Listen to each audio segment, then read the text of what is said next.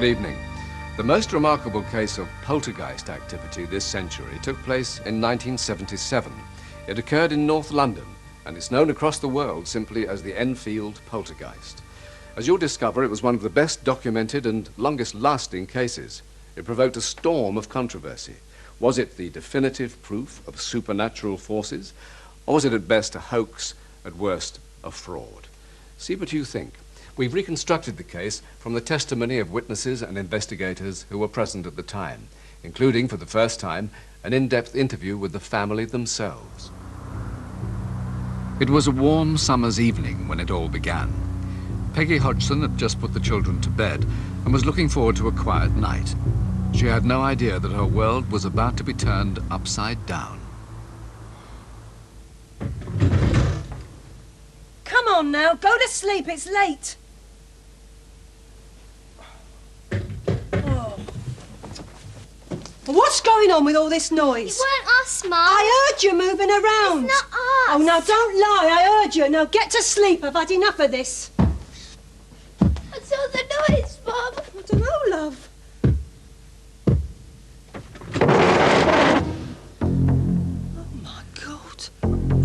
Right, all of you, downstairs now.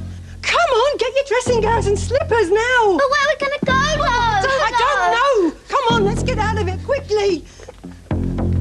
Come on. Billy, come on, help me. Peggy Hodgson took the children to the safety of a neighbour's house. Janet, come on. Come on. I found it really very nerve-wracking. I was trying to keep calm because of the children, you know. Not to frighten them more than they already were, but it was very difficult. No, I can't forget it. I can put it out of my mind now, but only now. But before, I mean, most of like my early 20s and in my middle 20s, I couldn't even talk about it like this. I'd be in tears all the time. At her wit's end, Peggy called the police. It was WPC Caroline Heaps and a colleague who answered the call.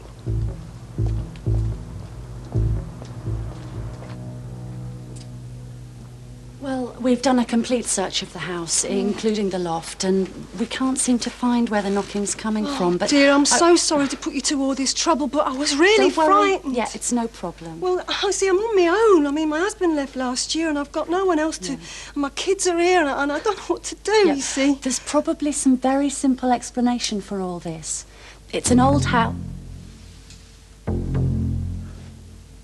In full view of the Hodgsons, their neighbours and two police officers, a chair slid across the floor. The Hodgsons had a sleepless night, and there was no let-up the following morning. Janet, did you throw that? No. Billy? Margaret, was it you? No. The fear that went through you, it could bring on anyone older an heart attack, I think. It was that frightening. Over the following nights, the activity continued unabated.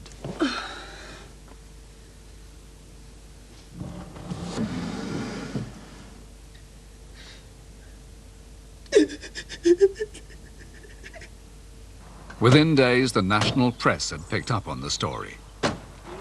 No, John Burkham, Peggy's brother. I live a few doors down. Thanks for coming. I don't quite know what you can do. One of the first to arrive was photographer Graham Morris. They were genuinely upset. I mean, they were sort of frightened. The kids were, all right, a couple of them, I think, had gone to sleep by the time we got there, but all the other people were bristling a bit, and they were on edge.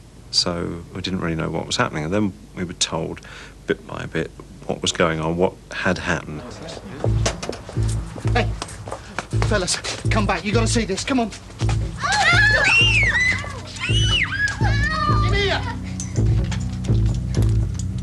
Basically, it was down to my reactions if I can catch anything, and then got hit on the forehead by a Lego brick.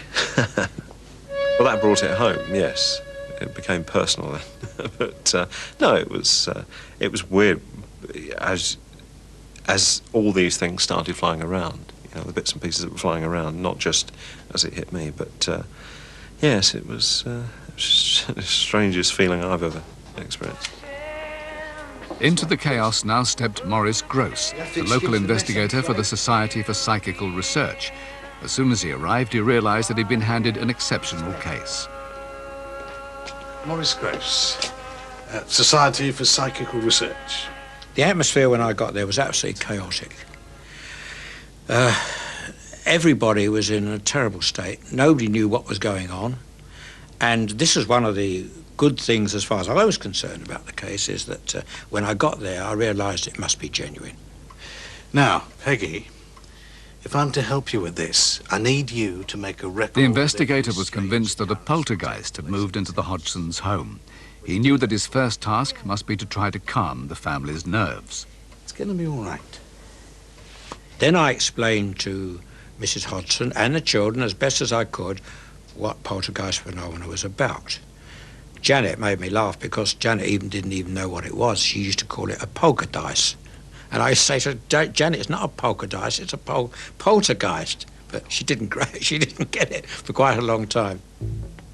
It wasn't long before the investigator had an experience of his own. Was this I thought, my God, you know, nobody's thrown that because there was nobody in a position to throw it.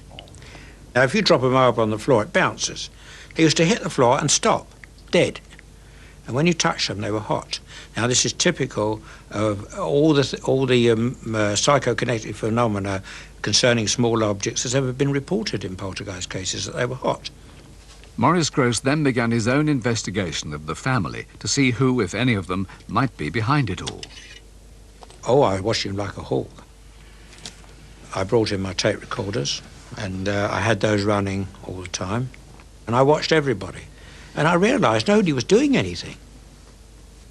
But did the children never play up? Being young girls and with so much attention, it seems hard to believe. Well, you two look very comfortable down there. Of course they played around sometimes. They're children. And any psychologist would tell you that children will imitate what's going on around them. But you can't fool people day after day, week after week, scientists and people coming in and conjurers, everything, and nobody ever seeing anything done by the children. As the strange activity continued into September and October, the list of witnesses grew longer and longer. They included David Robertson, a physics research assistant from Birkbeck College, London. Janet, can you tell me if anything else has been moving around besides all the magazines? Well, some Lego's been flying around the room. That ashtray flew across the room and struck me on the side of the head, quite a blow. And at that time I concluded that I had observed something paranormal and it probably wasn't wise to carry on with that line of experimentation.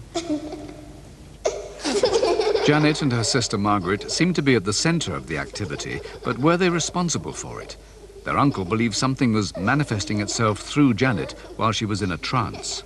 It actually yanked one of these old-fashioned gas fires literally out of the wall.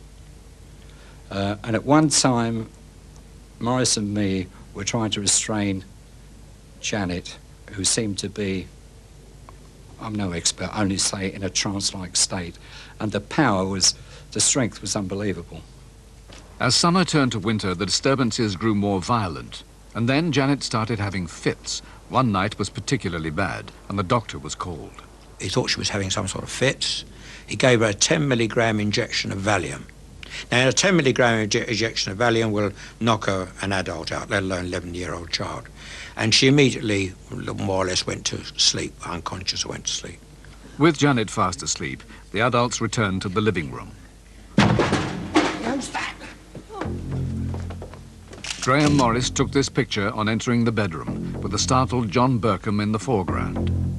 There she was, curled up on top of a very old-fashioned type radio set. She was like she was on it. But the amazing thing was, she was asleep.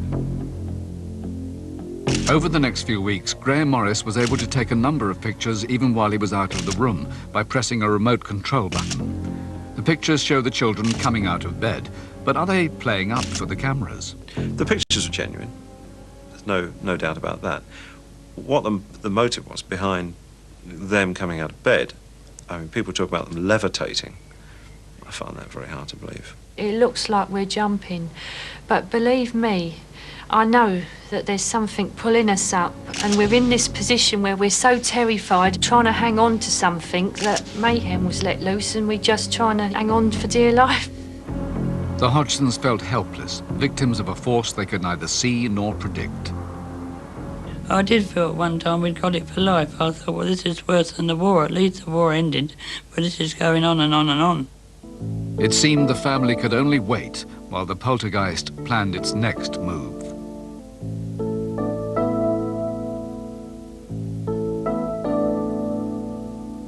Quite a story, but the greatest drama was yet to come. After the break, the poltergeist speaks, and you'll have to judge for yourselves. Is this the voice of a dead man? And I fell asleep, and I died in a chair.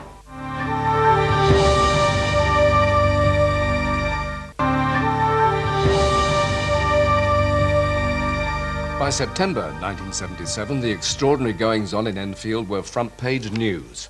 Reports were coming in of flying objects, sliding furniture, and possessed children.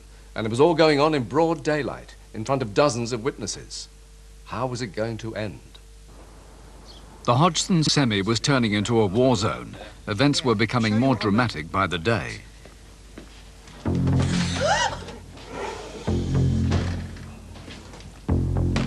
Maurice Gross decided he had to try to get in touch with the force before it did any serious harm. His chance came when the knockings started up again. I thought, well, if it can knock and it can make all these noises and do things, perhaps we can get some sort of communication with it. Now, I know you can hear me. I want you to answer 1 knock for yes and 2 knocks for no.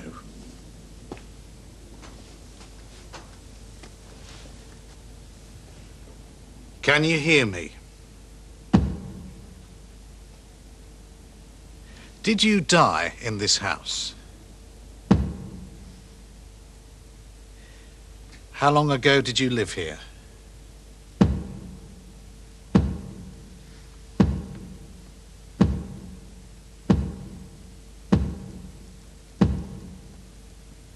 Are you having a game with me?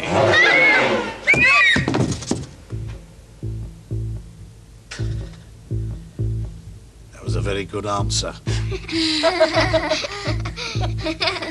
I was actually, you know, taken aback. But I was also, my sense of wonderment at the time is, you know, I can't put it into words, but that's extraordinary.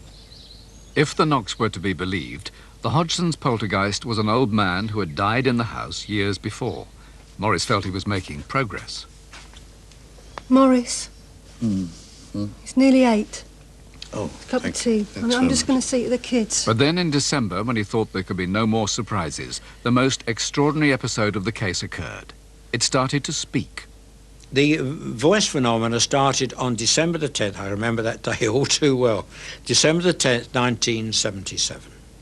I was sitting in the room with in the lounge with Mrs. Hodgson and the children, and suddenly a dog barked in the room.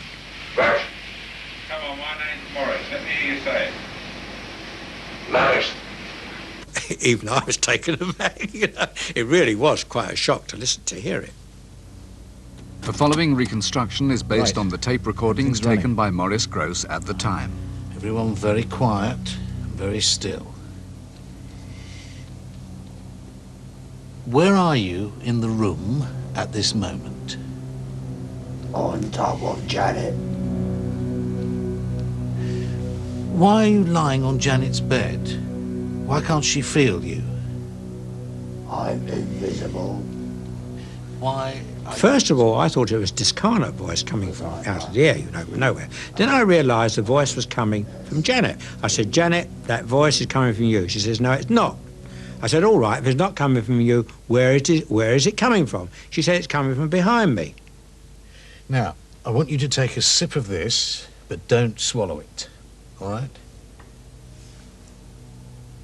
The investigators were mystified. Numerous tests were carried out on Janet to try to find the source of the sound.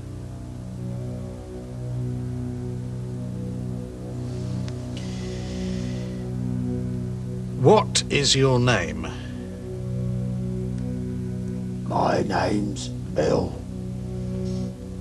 At one time, the voice is going in the room, and I'm talking to the room and asked him to show himself. He's saying, I can't. I'm dead. I said, don't worry about that. I've seen dead bodies. I've got no head. And that type of thing. And it ended up calling me a four-eyed git, go away. Well, we need to find out where the voice is coming. It seemed the mystery would be cleared up when the investigators borrowed a laryngograph from the University of London. It's a machine that closely monitors voice patterns. And we found the voice was not made by the larynx, but by the false vocal fold, which is above the larynx here. And you only use it when you lose your voice and you talk like that. Right. Janet used to produce this voice for up to 3 hours at a time without even any distress whatsoever. Well, you do that for a couple of minutes and you're in dead trouble with your throat. My name's Bill. Do you know that you're dead? Shut up. Morris tried to find out more about the person behind the voice. I want you to tell me whether you remember what happened to you before you died. I had a hemorrhage and I fell asleep and I died in a chair in the corner downstairs. Could this really be the voice of a dead man? For some observers, it was too much. The case seemed to be degenerating into a circus. Graham Morris was one witness who began to have his doubts about the poltergeist. I'd like to give a good reason why such and such happened. I just thought it got a bit far-fetched with voices. I'm not saying the voices weren't real. Just what was being the interpretation of the voices and just what went on. Maurice Gross himself came under suspicion, accused by some colleagues of keeping the phenomena going at the family's expense. Here we were producing evidence for a fantastic case, and at the same time we were able to help the family. Well, what more could we do? Do you know what? One time somebody came along who said, leave the family alone, go away. Everything will be all right. We did it. We went away for 2 days and all hell was let loose. And she was delighted to see us come back again. So what else could we do? Well, he helped us extremely well.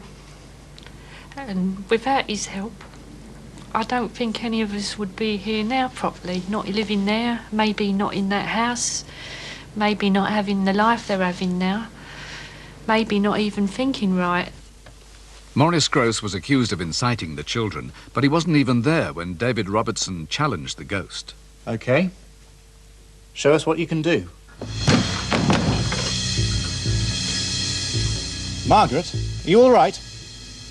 What's going on in there?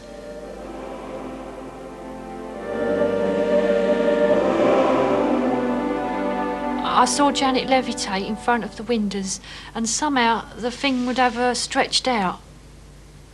You know, it was like she'd been laying on a bed.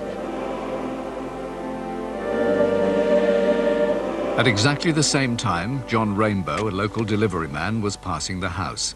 His account is read by an actor. I remember the curtains were billowing inwards, and a young girl seemed to be floating around in the room, like she was in a bubble. I couldn't believe what I was seeing. Hazel Short was on duty outside when she spotted a red cushion on the Hodgson's roof. My attention was taken to the top window, and I saw Janet floating or levitating up and down, just going up and down in front of the window, flat on her back. I thought she was putting it on, so I went straight home, went upstairs, laid on my own bed and tried to lift myself up in horrors, and then you couldn't do it. No way that I could do it. Two passers-by who had nothing to do with the family believe they saw a girl levitate. It seemed incredible. How could a young girl have faked such a thing? Maurice Gross remains convinced the children were not responsible. I thought to myself, well, how can it be the children? Because in the end, the situation was, if it was the children, we had the world's best conjurer there, we had the world's best ventriloquist, and we had the world's best everything, all from a little 11-year-old girl, which was, of course, ridiculous. By late 1978, the events began to die down as mysteriously as they'd started. Margaret thinks the poltergeist lost its hold over the family as they began to conquer their fear. Morris reckons if you showed your fear more, it would attract itself to you more. If something like little did move, I used to be able to say, oh, look, it's moved it again, you know, make a bit light of it, although it wasn't really inside, you didn't feel light about it at all, but not letting it see that you was frightened. In July 1978, Janet, now 12 years old, was admitted to the Maudsley Hospital. There she underwent psychiatric tests, and the doctors gave her a clean bill of health. While she was there, for the first time, she felt completely calm. I think it did help her to relax, because when she came out, she was quite excited. She said, her first word she said, they said, I'm perfectly normal. There's nothing wrong with me at all. That's the very word she used. And I was pleased to hear it and see it. Janet was allowed home from the Maudsley, and slowly the poltergeist activity died down in the autumn of 1978. Maurice Grosse himself left, confident that the family were at last free of their troublesome spirit. 17 years on, it seems hard to believe that the strange events at Enfield ever took place. But for the investigator on the case, the Enfield poltergeist has changed his life for good. My belief was very strong, but the difference now is my belief is absolute. That's the difference.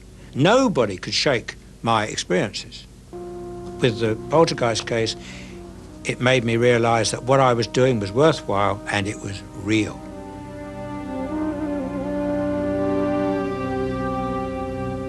After the activity died away, Maurice Grosse was left with his recordings and an unanswered question. The mysterious voice had clearly said that he, Bill, had died in the house, but Maurice had never been able to confirm this. And then 3 years later, this letter arrived. A man wrote in to say that his uncle had died in the house, well before the Hodgsons moved in. We've traced his death certificate, and it's true, he did die in the house. His name was Wilkins, William Wilkins. But of course, everyone would have known him as Bill. Good night.